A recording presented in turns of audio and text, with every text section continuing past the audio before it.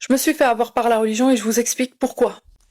Premièrement, la religion musulmane n'est pas une religion de foi et de spiritualité. Moi aussi, je pensais que c'était le cas, mais c'est une religion de loi, c'est un modèle de société qui va gérer tous les aspects de la vie. Comment vous devez penser, réfléchir, vous n'avez même pas le droit de douter. Comment vous devez vous habiller, ce que vous devez faire, la salat, la zakat, les 5 piliers de l'islam. Même il y a des piliers de la foi. Et le problème, c'est à l'échelle individuelle et à l'échelle de groupe. C'est pour ça qu'on parle de la communauté musulmane.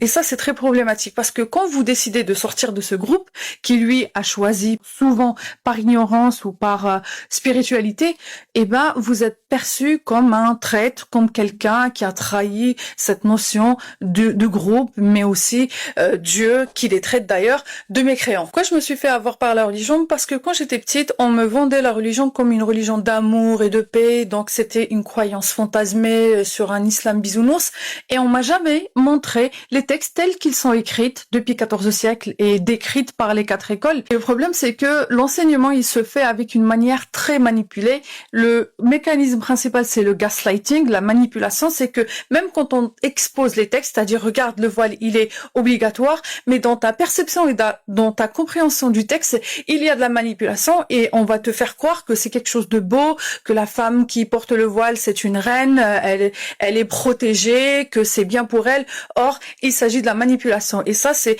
l'une des plus grandes manipulations envers la femme. Mais aussi, c'est quand on t'enseigne cette religion de cette manière-là, il n'y a pas un détachement émotionnel et psychologique. Tu vas, à travers cette religion, construire ta psychologie et ton identité. Et donc, même quand tu quittes la religion musulmane, tu vas garder des mécanismes et des réflexes et même tu peux passer par un stress post-traumatique, post-religieux parce que le cerveau n'accepte pas cette nouvelle réalité sans la religion. Et en plus, tu vois que tes proches sont encore cadenassés par cette croyance parce que ce n'est pas facile de s'en sortir parce qu'il y a les mécanismes d'emprise sur le croyant avec le conditionnement punition et récompense. Donc, il y a un réel mécanisme psychologique qui s'installe depuis l'enfance. Aujourd'hui, je milite parce que non seulement le problème est à l'échelle de groupe et communautaire, mais aussi sociétal. Cette religion musulmane, elle n'est pas là pour rester tranquille, prospérer calmement et doucement, mais elle a comme, depuis 14 siècles,